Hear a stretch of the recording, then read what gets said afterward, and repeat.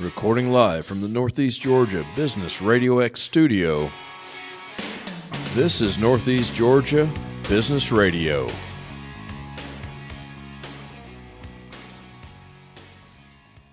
Welcome back, folks. Welcome back to another exciting edition of Northeast Georgia Business Radio. I'm your host, Tom Sheldon. And yeah, we're coming to you live from the beautiful Empower College and Career Center of Jackson County. I have with me another cool guest because, well, quite honestly, all my guests are cool. I have with me Mr. Jake Burnette of Laveer Wealth Management. That's an Ameriprise franchise. Jake, did I say that right? Laveer Wealth Management? Yes, sir. Absolutely. Laveer. It's actually a sailing term. Is it really? I had no idea. Laveer. It is a technical sailing term that refers to sailing into the wind. Right. And so I probably shouldn't clear my voice like that, should I? You can. It's all right. No big deal. So it has to do Everyone in their cars just swerved off the road and hit something. That was Jake, by the way, not me, folks. Made everybody jump. Pretty much. It's okay, though. Yeah, so sailing into the wind, you have to make some adjustments for that. And you do. It kind of relates to how we work with financial planning on adjusting as life comes and, working with our clients and everybody and make sure we're sailing into the wind. Gotcha. Well, welcome to the Northeast studio. I was going to say you're a financial advisor. You already dropped that for me. Sorry about that. No, that's all right. That's all right. I was hung up on the name. The name's cool. Absolutely. Laveer Wealth Management. Did I say that right? It's an Ameriprise franchise. How does that work with Yes, Ameriprise? sir. It is Ameriprise. Yes, it is Ameriprise. So we're an independently owned franchise, and we do Under all the our- umbrella. Yep, absolutely. Absolutely. I got you. But, man, I want to know a little bit about you, Jake Burnette. To some, that name might sound real familiar. Now, I know a little bit about you. We've hung out outside the studio. Absolutely. We've hung out a little bit. You, sir, were drafted out of high school by, was it Pittsburgh Pirates? Yes, sir. Pittsburgh MLB. Pirates, yes. Well, first of all, congratulations. Thank that you. doesn't happen to Thank you. everybody. Yeah. It's pretty, I guess you'd say rare. Yeah. It was an awesome opportunity. So I played baseball and basketball in high school, and then baseball being my primary focus, obviously the one I was more talented at. Sure. I like to think I was pretty good at basketball, but Hey, I didn't see you get drafted to the NBA. Yeah, we'll go with the baseball part. I had signed a scholarship to go to Georgia Tech to play baseball out of high school, and then Now, that's a baseball powerhouse down there. yes, they have a wonderful baseball program. Obviously, a very challenging academic program as well. They do. Oh, yes. So, it it would have been no walk in the park, but they have a great baseball program. My brother actually played baseball there before me, so I had a little connection, a little family history there. Nothing wrong with that. Wanted to follow in his Those footsteps. Burnette boys. And so, I was supposed to go to Georgia Tech, and then I was blessed enough after I graduated in the MLB draft, I was drafted by the Pittsburgh Pirates. I spent that summer. The draft is early summer. It's usually beginning of June. Right. And I think they've changed the rules now. Back when I got drafted, they usually gave you, I think, until August to kind of make your decision. Right. And so I took the summer and, played some travel ball and talked to my family and friends and tried to decide and ended up, I decided to go with the Pirates. So I went and signed with the Pirates, and I had 6 parts of 7 seasons. So from 2011 to 2017, I was with the minor leagues in the Pittsburgh Pirates organization. And you were on the mound, were you not? Yes, I was a pitcher. And I spent time down in Bradenton, Florida, spent time in Charleston, West Virginia, State College, Pennsylvania, Bristol, Tennessee. So I traveled all around and got to play in a lot of different stadiums, a lot of cool places, and a lot of cool experiences. Now, folks, I realize this is a podcast and you cannot see Jake. Jake is imposing standing on his flat feet. You put him on a pitching mound, and I'm staying in the dugout. I'm part of his defense behind him. I'm still staying in the dugout. My God, man, how tall are you? You're like 8 foot tall. I'm about 6'5". And 6'6", 6'7" with spikes on. Yeah, you put some spikes on. Yeah. Pretty tall, long, lean, and me and my wife were joking last night. She saw this video where you hold your phone at your eye level and it shows your spouse how I see her. I never thought of that. And she was cracking up because I'm over a foot taller. She's about 5'4", so about a foot, maybe a little over a foot taller than her. And she was cracking up because I'm just looking at the top of her head all the time. Nice. All right, so you left baseball eventually. How did you fall into this financial world? Was it right away? No, it was not. So I had 2 shoulder surgeries, and that was kind of my ticket home as a pitcher. You know, you kind of got to take care of that shoulder. So the first surgery I was able to come back from and pitch again. The second surgery, the Pirates basically put me all the way through my rehab, and then after they got me back to what would be considered healthy, they sent me on my way. So that was kind of my ticket home, getting that second surgery. Well, they helped you out there a little bit, though. Oh, yeah. They took care of me. Tried to they put got you back me healthy. together. Absolutely. Thanks, guys. Sort of. I like to joke now that I got the shoulder of an 85-year-old man. So nice. That should be fun. And he's only 25, folks. Yeah. So a little older than that. Not much. I feel like I'm 25 sometimes. Me too. And then I remind myself I'm closer to the 85. And then I get out of bed in the morning and I realize I'm. Then you're not.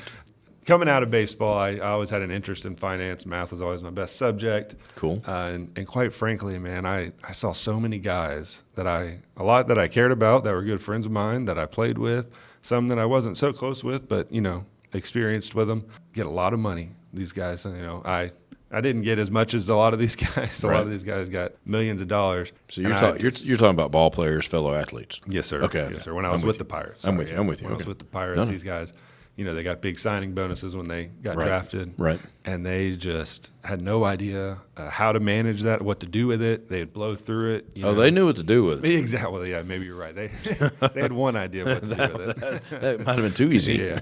So I had new guys that were coming in their 3rd month and they're on their 3rd car already. Wow. They're just seeing how fast they can spend it, and something with a signing bonus is a one-time payment. You're not getting it every year. And so that kind of opened my eyes to the idea that, people have money, but they sometimes need a little guidance. They need that kind of help along the way. There's lots of things that I'm not educated on that I use people to help manage and help me build that network. Right? Absolutely. So there's a lot of smart people out there that, have very concentrated knowledge, and helps to get their advice sometimes. So that kind of opened my eyes to the idea of it.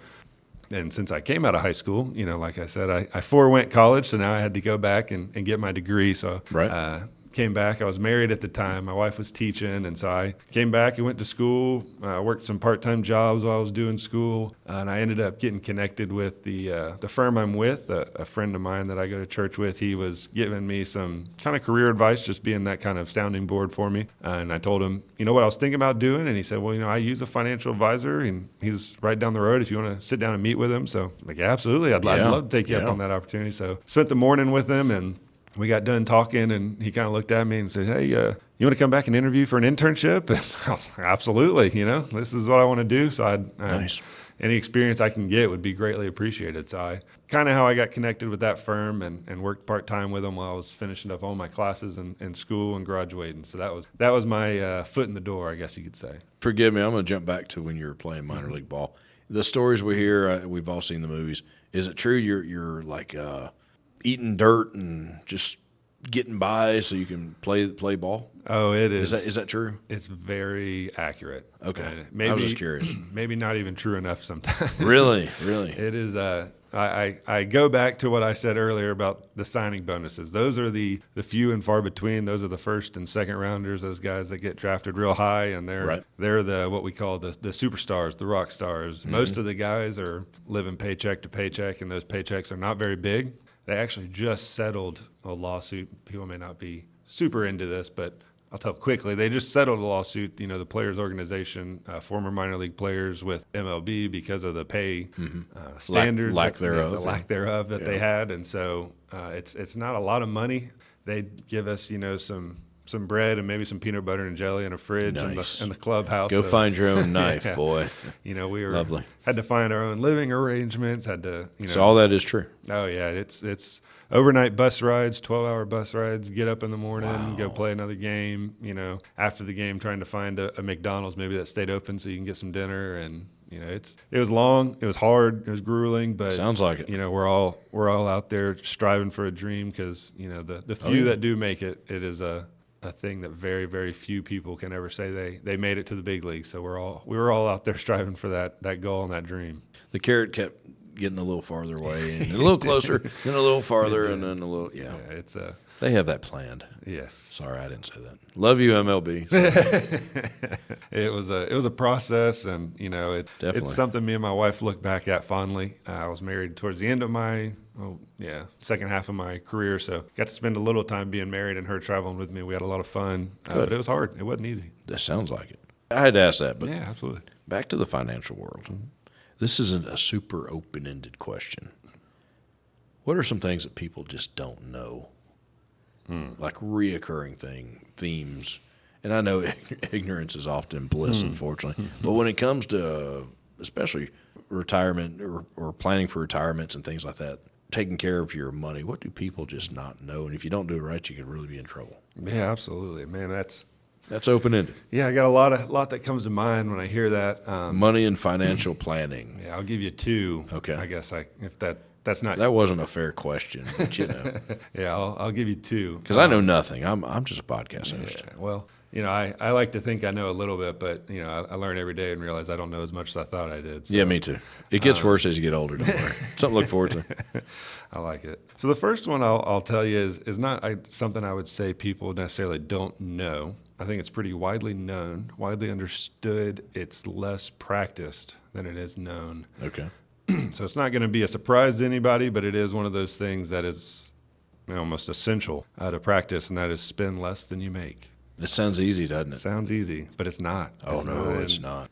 Especially with our world today and the way our economy and society is today, it's very widely preached.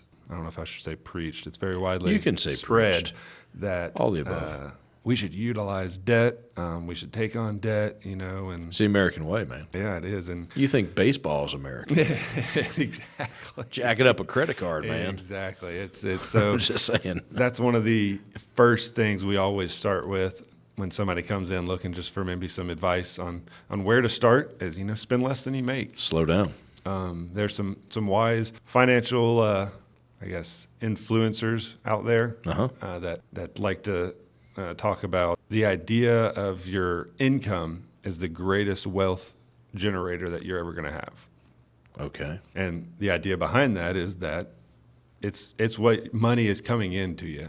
So if you're making $100,000 a year and you can save 10 of it, or you can save 20 of it, and put it away and invest it, that money's going to continue to grow. But it's that continuous saving of that income that's coming in. So, Right. Money's a tool. It's not the end all be all. It's not, I like to also make sure I talk to people about the common phrase of ROI, return on investment. Yes. Let's rephrase that. Let's talk about ROL. What's your return on life? What lifestyle? There's no magic number we can get to. There's no magic savings that you can have that's going to say, okay, now you can retire, because every family is going to be different. It's all crapshoot, man. Yeah, every lifestyle is different. You're going to die on a different day. Exactly. Yeah. And so we never know what that X is that we have to get to. So it's more about planning for what your lifestyle is and knowing that money is a tool that we're going to use to help you achieve that lifestyle. Right. But it's not the end all be all if you're any sort of religious or inclined in that way. I am myself. The Bible talks about, a lot of people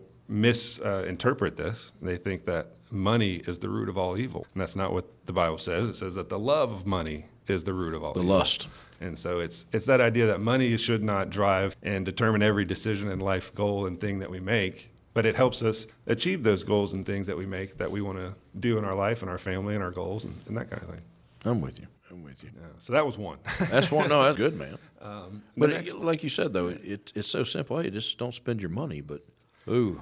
Yeah, people know it. Like I said, you say what's one thing that people don't know. People know it. It's just harder to practice. Well, Jake, I will later. Exactly. I will later. And then, boom, you're 50, and you're like, oh. Oh, yep. Yeah. Yeah, Or there's you're a, 60, and you're like, wow, what did we do? What did we not? Yeah, there's a common illustration, and since we're on podcast, I can't really, draw it out for you. He's making magnificent movements with his hands. This guy must have thrown a baseball one time. It's almost like something, right? Yeah. So there's an illustration I like to give when I'm talking to people about their 401k or retirement plans, things like that. It lays out basically two different scenarios. Person A starts out when they're 30. and they put in 10% into their 401k for 10 years. So they go from the time they're 30 to they're 40, and then they stop. The person B says, I can't afford it right now. I'm going to wait. And so they wait 10 years until they're 40, and then they say, okay, now I'm going to start putting in 10%, just as person A did. Right. And they do it for 20 years. So they double the amount of time that they put it in, but they waited 10 years to start. Right. And then the first person only did it for 10 years, but they started right away. After 30 years, who do you think has more money put aside? Probably the first one. The first. Thing called compound interest. See, even I know that. There you go. Podcast host. I like it. It makes it even better when I can ask it and you can answer it for me. Wow, was that good? Yeah, I like that. That, folks, that wasn't planned. It was. But a broke clock is right twice a day. See, there you even go. a blind squirrel finds a nut. Well, yeah, sometimes it hits him on the head. But it's the idea of there's no better time than now. Yeah, sooner the better. Yeah. So the second one, Yes. I told you I'd cheat here and give you two answers. No, I like it. The second As many one as you want, sir. kind of goes back to the essential question people ask us a lot when they come to first sit down with us. They don't always say it in these words, but it kind of boils down to the question of what is the best investment strategy. Oh, wow. Somebody has got an IRA, they got their 401k, they've got some money saved up, and they're just looking for they may not come in and say in that a phrase, but that's what they're wondering. How should I invest? What's the best investment? Where do I put it? Yeah.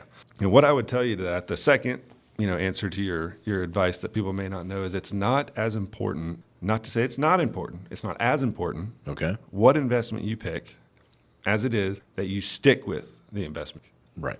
Long term. Yes. It's another common phrase that you may hear in the finance or investment industry is it's not timing the market, it's time in the market. In the market. And it's I tell people the best investment strategy is the one you're going to stick with. I can give you the best portfolio construction that I can come up with that is super aggressive. But if you're a very conservative investor, when that aggressive portfolio hits some volatility and then you're going to get out of it because you don't trust it. No, buy more. Then it failed. So that's buy on the dips, folks.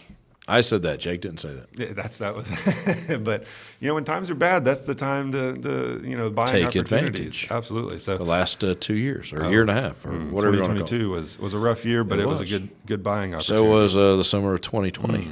Delta, just saying. Jake did not say that. I said Jake cannot say that. I can say that. But yeah, so it's the matter of finding an investment strategy, one that you understand. People aren't going to buy something unless they understand it. Right. And two, one that you're comfortable with, whether that's on the up markets or the down markets. Because if you're not going to be comfortable with it when it's having volatility, it's bouncing around, it's maybe not having its best year. If we look at a 5-year average and say over 5 years you're going to average 7%, well then a couple of those years you're probably going to have negative years to average out, the positive years. Right. So right. When those down years come, when 2022 comes, if you're not comfortable and understand your strategy enough that you're going to think, I need to sell out of this and go to cash, then it's not the right investment strategy for you because it's true. That is the word we talk about, again, going back to another spend less than you make, buy low, sell high, right? Exactly. Isn't that the never sell on the a dip. foundation of investing is buy low, sell high? And then people get scared when things go bad and think, oh, I got to sell out and I got to go back to cash and all this, and that's the exact opposite of what we're doing. That's buying high and then you're selling when it's low. The exact opposite. Unfortunately, I have known people that have done that because they just can't handle it. Yep, they just can't handle it. It is there's a big part of being a financial advisor that is just financial counseling. It's talking people through those bad markets. At times you're a psychiatrist. Yeah. I mean, it's Oh yeah, I believe it. There's a whole new wave within the last 10, 15, maybe 20 years that's come through the financial advising industry that's behavioral financial advice, because logic and stats and numbers tell us one thing, but our emotions tell us a whole nother thing. Oh boy, does it ever. And we make our decisions based off our emotions. So. But now, isn't that a good reason to have someone such as yourself, a financial advisor? Because you will take some of, if not all, the emotion out of it. That's what we're there to do. It's at least try anyway. We like to compare ourselves to the caddy and the golfer relationship. It's your money, it's your decision, but we're the caddy there to give you the information, to give you the right club and tell you what we think we should do, and then it's your shot to make. But to have that accountability partner, even if it's not a financial advisor, obviously that's what I do. And if you want to talk to me, I'd love it. But even if it's a family member, if it's a friend, if it's a trusted colleague, somebody that you think has more knowledge in the industry than you do, somebody that you can go to and have a ear to lean on, somebody to throw these ideas at, to have some advice and just talk through it. I mean, even a lot of times it's just talking it out. You yourself might realize what the decision needs to be, but having somebody you can go to and trust and talk through that with. Say it out loud. If it sounds bad, it probably is. Exactly. I've known many financial advisors. I never wanted a financial advisor who was a yes man. Absolutely. I can be my own yes man. Mm-hmm. Absolutely. I want someone to tell me no, smack me upside the head. And I've known a few that have done that, probably for other reasons. But seriously, I never wanted a yes man. Okay, whatever you want, we'll do it. Absolutely. I never wanted that. Absolutely. Think of your finances as if you're running a business. Yeah. And then your financial advisor is like the CFO. If you're a CEO and you're running a business and everything you go to your CFO for, and he just says, yeah, spend it. Yeah, sign here. You're going to run out of money pretty quick. So your financial advisor should be the same vein, that he's not there just to make you feel good and tell you what you want to hear. Well, then you'd be the federal government. Oh, I said that, Jake. I am so trying to get Jake in trouble here. He is not taking any of the bait. The guy's a professional. We're throwing advice around left and right here. General advice. There's got to be some, and I hate to do this to you, but man, there's got to be some just bad advice out there. I know there is. You know there is. Can you share anything? Maybe something a little lighthearted. Maybe not funny. Bad advice is not funny.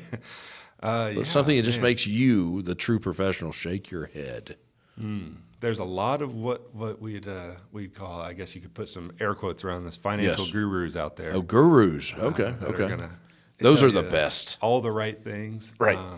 Bad advice. When I think about bad advice, I think it would probably, I'm not going to name any names. No, please don't.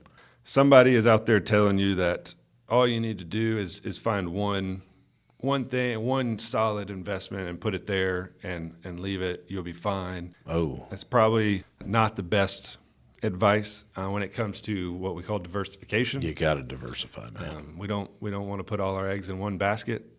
I wouldn't. Many people I don't. know that. Right. Exactly. Again, that one's easier said too. Exactly. It is. That's easier said. And it's tough because what diversifying does is it gives you some big winners, maybe some break even, maybe a loser or two. That's not losing bad, but you even them out. You have hopefully more winners than losers. Right. But it's hard not to look at some of those highest winners at certain times and think, why don't I just put it all there? Put it all in there. I got 25% on this pharmaceutical. I got to sell everything else at a loss, and I'm putting it all in the pharmaceutical. And then they go bankrupt 6 months later. Yeah, it's so we don't. That happens. I mean, we can go through a list. It just happened last year, or was that earlier this year with Silicon Valley Bank? I mean, that was earlier this year. Even some of those solid, what we would think companies that we could be invested in can go under. I mean, if you think back to Enron, nobody thought Enron was going to go under. That was impossible. Yeah, it was never going to happen. And so that's why we talk about diversification, not putting all your eggs in one basket, because there are always chances that one of those companies does fail, and we want to make sure we're spread out to where if one fails, we're not failing with them. We might take a bruise or take a lump, but we got funds invested elsewhere and assets elsewhere that are going to hold us up. And so there are people out there that just say, find you one good investment, put it in there and just leave it. And, I would advise, there are good investments out there and you want to find those, but you want to make sure that you're spread around a little bit. You're not all consolidated in one fund, and like I said, you don't want to put all those eggs in one basket. Does someone's age, does that influence on where you want to put money? Oh, absolutely. I got to imagine the older I get, the less risk I want to take because I don't have time to recoup it. Literally time to recoup it. Absolutely. Yeah. Is that true? It is. I mean, it still is going to depend. That's good advice. That's good advice. Yes, okay. Yes. It is. It is. When we talk about retirement plans, like a 401k, a lot of 401ks have what we call these target date funds. Yeah. I've seen those. Yeah, and so some are pretty smart and good, and others I shake my head at. Sorry.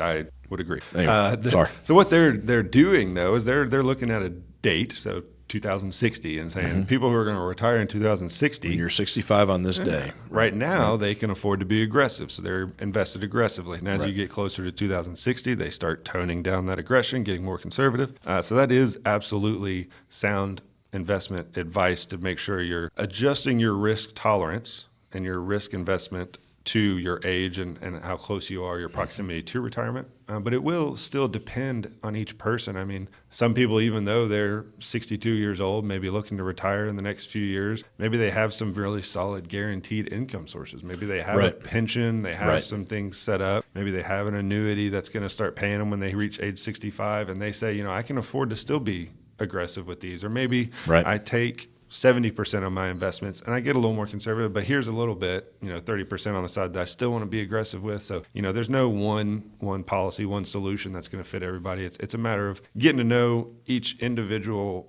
person, each individual family, and what their goals and aspirations are. And it's what we call goal-based advice. We don't want to just give generic advice to somebody. We want to get to know you and your goals, and then we're going to give you advice based on how we reach those goals. No, I'm with you on that.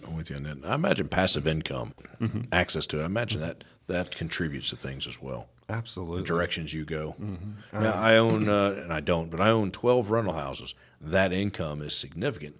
Even if I can barely get out of bed. You know what I'm saying? I've got someone managing it, but I have passive income. There is, and I have clients ask me about that a lot. How do I get passive income? And a lot of times my answer starts with, there's no such thing as true passive income. Right.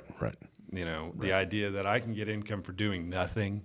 Right. There's always either have to there's be worry and headache and everything. There's worry, there's headache, or there's some sort of upfront investment. Oh gosh, You got to buy those 12 houses. So there's you're paying a management company. No such thing as true passive or true free income. And so you're either going to have to put some upfront investment down, or you're going to have some. You talk about rental houses. A lot of people, real estate's a great way to invest, but it's not for everybody. No. But the people that do it, I had a client that had rental properties for a long time. She's a widower now, and now she's looking at how do I can't manage this anymore. Me and my husband did it, so it still involves, even though you have rental properties paying you income, there's roofs that have to be replaced. There's AC units that go out there. So it's a business. Yeah, and so to do it right. It's hard to find what we call true passive income. No, I'm with you on that. That's figure speech, and that's kind of how I start it with everybody, just so that Oh, yeah. if you're looking for it, we can help you find ways to get you more income or other sources of income, but there's never going to be a true passive income where you don't have to do anything to receive that income. Right. I mean, what did we leave out? Did we leave anything? We probably left a lot of stuff out. Well, yeah, we've been going for almost 30 minutes. We left a lot out. But like you said, it's a podcast. We can only cover so much. And we need to have you in and have your own series. That's what we need to do. I wouldn't say no to it. But man, make the powers of be need to make it happen. But no pressures. There's only so much generic, we can give, but it's a lot of fun. It's what I'm passionate about. I thought I'd be interested in it. And as I got into it, I've really loved getting to know families, getting to know the people I work with on a deeper level. I can sit here and pick out some investments for you and give you a list of good investments, but it's more fun for me to sit down with you and say, hey, what do you want to do? Well, you're, like I said, money's a tool. What do you want to achieve? How do you want your money to work for you? What do you want to do? You say you want to retire. What does that look like? Some people say, hey, I want to retire, and me and my wife, we want to visit every national park in the country. Absolutely. We can plan for that. We can figure out how much that might cost. We can figure out different ways to do it, whether it's flying, it's an RV. I was going to say the RV. We can plan for it. And so that's where I enjoy the financial planning side of it, is we can sit down and I can help you make those dreams become a reality. And especially, like I said, no better time to start than now. Immediately. The earlier we start, yesterday, the more chance we have of achieving those goals. So if you start when you're preferably, right out of college, start working when you're 22 and start saving them. But, if you're 30, you're 45, 50, there's no better time than now. Let's start now. Let's start getting that plan together so that we can make those dreams become a reality. I've had a lot of people start probably 2 life events, or maybe 3 life events. I'll go backwards here. When the kids finally leave home, when they have the kids, and or when they get married. Those got to be 3, okay, life's changed. Life's now different. It's going to be different for a while. And they start thinking about that money. Absolutely. Having kids is a big one. Yeah. And it's big because that's when a lot of people start coming and saying, hey, I went to college. I know what that costs. Yeah. What do I need to do What's now it going to be in make 20 sure my years? Kids? Yeah. So that's a big one that people start, life event that people start thinking about planning for the future is, maybe they were young, they were married, they were living, and it wasn't too hard. They had maybe 2 streams of income. Now maybe the spouse, one of them stays home. Maybe they have to pay for daycare if one of them doesn't stay home. It's cheaper for one to stay home. And so either way you're doing it, a lot of things change, expenses change, and you start thinking about college down the road. If maybe weddings down the road, things like that you're That's going to right. have to plan for. That's and right. so that is a big event. Obviously, retirement. Probably the biggest one life event that we start working with people around. Another one is inheritance. Not a fun way to receive money, but it is inevitable. We're all going to, at some point. I don't know, Jake. When one of my family members dies, we have to take money to the wedding, or to the wedding. Yeah, that too. We have to take money to the funeral. Sorry. Hopefully, Freudian slip there. Hopefully, when people do reach that point in their life and they do pass away, they have everything set up right. And again, that's part of financial planning, is making sure that what you do have is going to be handled the way you hope and the way you want when you do pass away. But receiving an inheritance is another time when a lot of people seek advice. Maybe it's somebody in their 30s or 40s, and maybe they've saved a little bit, and parent or grandparent or an aunt and uncle or somebody passes away and they get a little bit of money, and okay, well, now how do I do this? I've saved a little bit in a savings account, but I've never had money to invest before. How do I do that? So that's another pretty big life event where we get a lot of questions. So that's why we see you hanging out at funerals. No, I'm kidding. That was a horrible joke. It was there. I had to take it. We've been around each other enough. I can say that. So what do you do outside of this whole work financial world thing? Yeah, man. Now keep this short, and if you have to change names and locations creatively, please do. Please do. Absolutely. Let's see. One of the big things I really like to do, I love hunting. I am blessed enough to be able to do it with some family, my dad, my brother-in-law, some close friends we have. My dad has some hunting property that we get to go out and enjoy. How do you fit in a tree stand?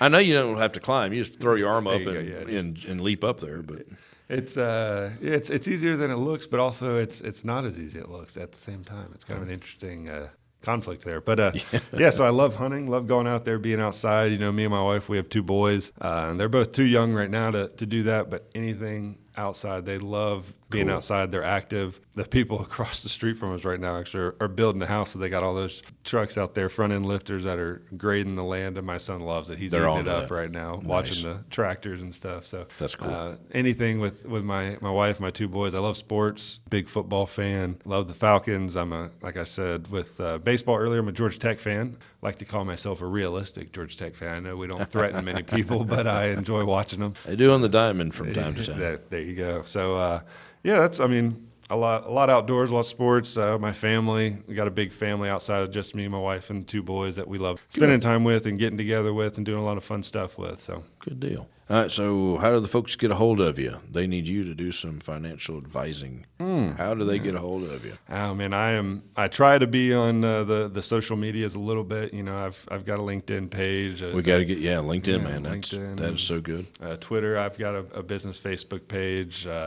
But if you search my name, my name will be on our podcast show title, I'm sure. Jake Burnette, Ameriprise. You can find me on the internet, and that'll have all my contact info, email, phone number, anything like that, and I'd be happy to talk. Yeah, folks, if you go to our website, negabrx.com, find Jake's episode. As we do this, it'll obviously be on the front page of the episodes, but if you can't see it right away, scroll down, you'll find it, and all his contact information. Simple click here, click there, and you will find him. Absolutely. It's hard to hide you anyway. I stand out in the Let's crowd. just call it what it is, man. Yeah, my wife jokes about that too when we're, out on a vacation or something or somewhere, and I'm easy to find. You know, put a bright hat on me and you can see me.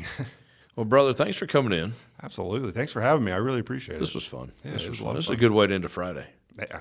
You done for the week? Way. You done for the week? I am. I'm going to head home Nice. after this. Yeah. I'm going to edit this show real quick, and man, I like it. I'm going to go find dinner somewhere. It's a good way to end your Friday as well. I like it. Hey, I always like ending a Friday. They're going to play my music any second, and see, there you go. I like it. Jake, thanks again. Thank you, Tom. Hey, folks, another great episode. Check out Jake. Go to our website, negabrx.com, negabrx.com. Find the episode. His information's there. We'll talk to you soon.